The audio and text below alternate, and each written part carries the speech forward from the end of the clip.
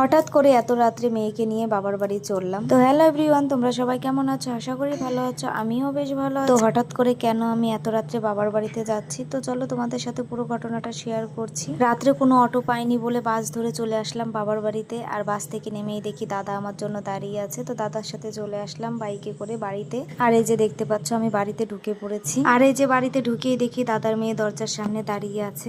আর এই যে আমার মেয়েকেও দেখো, দিদিকে পেয়ে দৌড়ে চলে গেল দিদির কাছে। দিদির হাতে একটা কিন্ডার জয় দিয়ে দুজনে মিলে দেখো কত খুশি। আর এদিকে আমার দাদার মেয়ে আমাকে দেখে বলছে, তুমি এবার একদিন থাকবা না, অনেক দিন থাকবা আমাদের বাড়িতে। তারপরে এই যে বাকি খাবারগুলো ওর হাতে দিয়ে আমি চলে গেলাম আমার কাজে। তো চলো এবার তোমাদের সাথে শেয়ার করি আমি কিসের জন্য এখানে এসেছি।